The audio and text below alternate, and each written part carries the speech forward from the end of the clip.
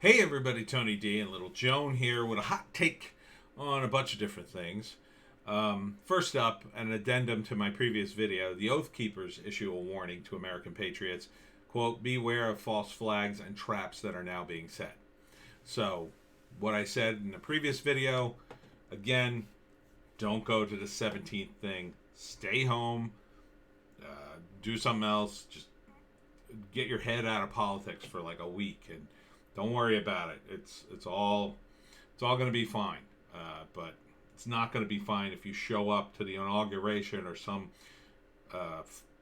gaslighting protest and go nuts. Do not do that.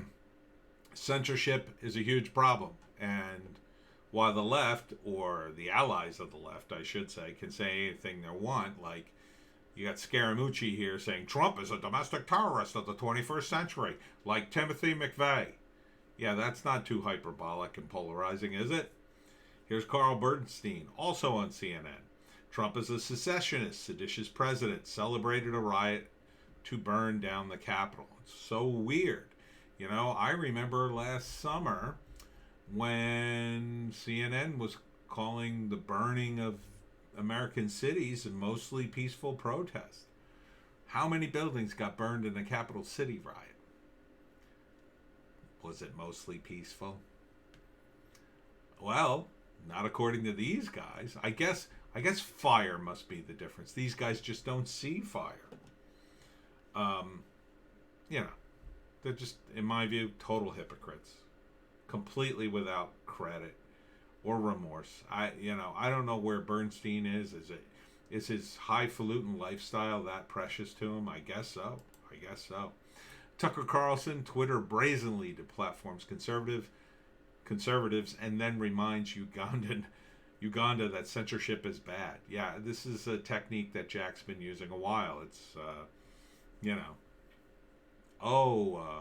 yeah, it was a big mistake to deplatform Trump, but we're looking into it. Oh, and Uganda, don't censor people. I think Jack Dorsey at this point is just a liar with no credibility, but he's run quite a game on us, I think. But as this article says, our big tech monopolies are authoritarian, dishonest, ambitious, and childishly stupid. I don't think they're stupid, but I do think they're the other things. Yeah, it's going to get bad. So get off of Twitter. Get off of Facebook. Get off of Google. The American Thinker has been driven to self-censor. They have eliminated their comments section, much to the anger of their fans. I think that's weird, but I kind of understand why they do it. Otherwise you got to moderate them. I moderate the comments on the Webcomic Factory. I don't get that many, so I have it set that the comments come to me first and then I approve them. And this way, I can keep people from posting crazy things. Now, there's already some filters on there, but you have to. You have to if you're running a website these days. Look at all these sites getting taken down for some of the stuff people say. I'm not going to get taken down just because some a-hole came in and said something illegal or outrageous on my site. And I don't need that search either. So I totally understand why they're doing it. It's their site. They can do it. They're a private company. Democrat in Pennsylvania, Lieutenant Governor, you do not have the right to say election was rigged. Quote, not protected free speech. Well, he couldn't be more wrong. Surprise, surprise, he's a Democrat. A Democrat who wears a hoodie and sits in front of the American flag. I think you got the wrong flag behind you. Maybe a Chinese flag would be more appropriate, or who else has censorship? Saudi Arabia, one of the third world socialist dictators, Cuba, Venezuela. That would be more appropriate, I think, behind him. Pennsylvania, you should not elect this guy ever again. You should really kick out all the Democrats. You have the ability to do that. You're mostly a Republican state anyway. This is just sad. Senator James Lankford writes pathetic letter apologizing to black Biden voters for contesting electoral college. And this is from the National File. They're not going to spare you, dude. No amount of apology will work. You are not woke, and you are Republican. You have a target. Yeah, you can keep yourself safe for a few extra weeks while they go after Trump and some of the other guys, but they're not going to spare you, dude. You're still on the list. And when they get rid of every Republican, they'll start going after the moderates. This is what's happening on Twitter right now. They are pushing hard to deplatform almost every conservative there. I say get off. Let it turn into an echo chamber and let it collapse. Without Trump, there's no reason to be on Twitter at this point, except me, because I'm still promoting and still selling books. So I'm still promoting. I did wipe my slate clean, because who needs old tweets coming back to haunt you? Not that I tweeted anything too crazy, but I'm still tweeting. But don't engage there. Please find me on the other platforms. Links in the description. There's Minds. There's Gab. There was Parler. I'm sure it'll be back. I'm off of Facebook for now. There's a Facebook protest I was told about, and I immediately said, okay, I'm in. So the Facebook protests last until this weekend or the inauguration. I don't know. I think I'm going to go to the inauguration.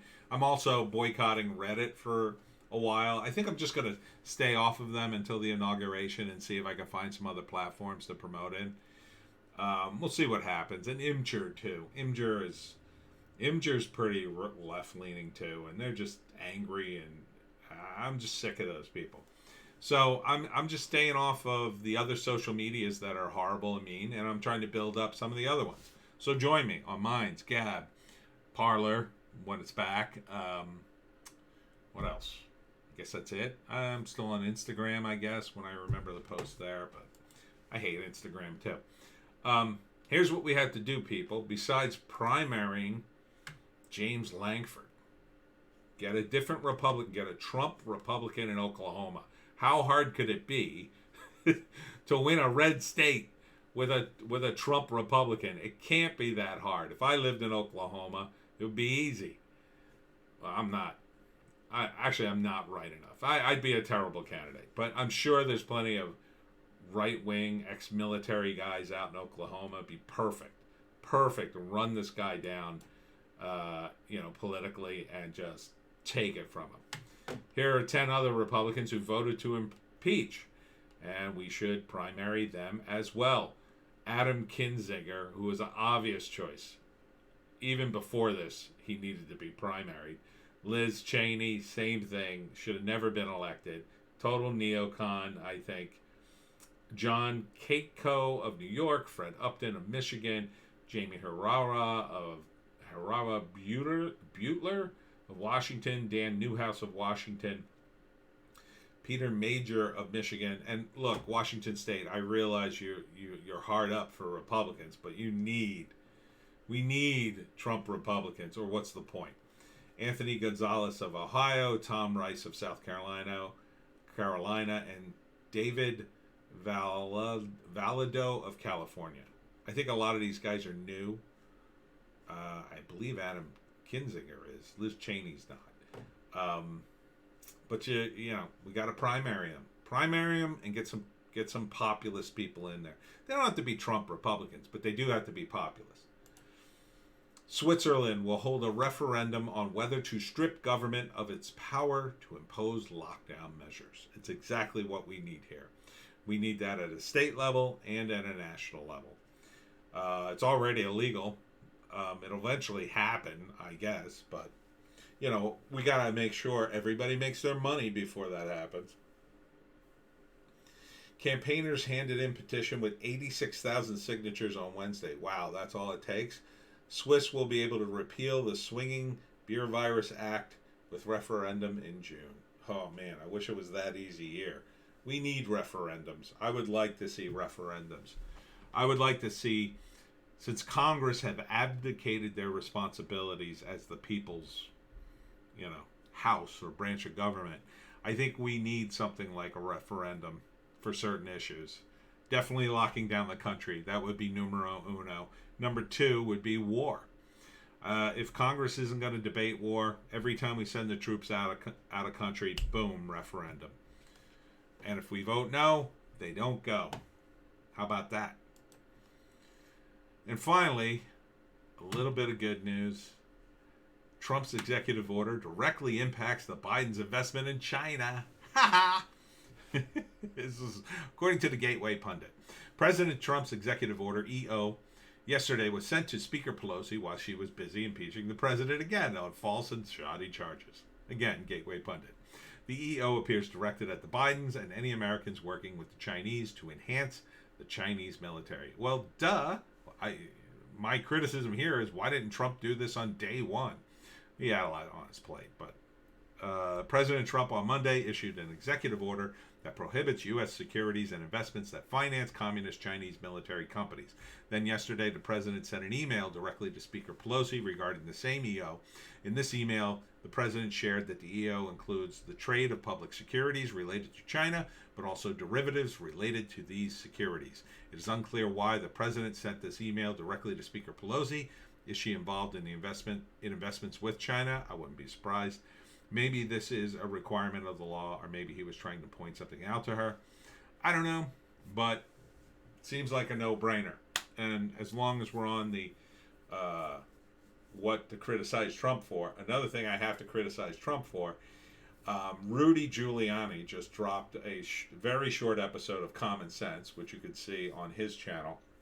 And in it, he's going on and on about censorship and how bad it is. Yes, it is. It's very bad. And sadly, Trump didn't really do much about it while he was in office. Now he's on his way out, and there's nothing he can do. So, why I appreciate Rudy stating the obvious, but libertarians have been sounding the alarm for a long, long time. And unfortunately, Trump and Giuliani himself, they are not great avatars of liberty. It's only now that they're being directly attacked and censored, that they're on board the liberty train now, but it's a little late for that.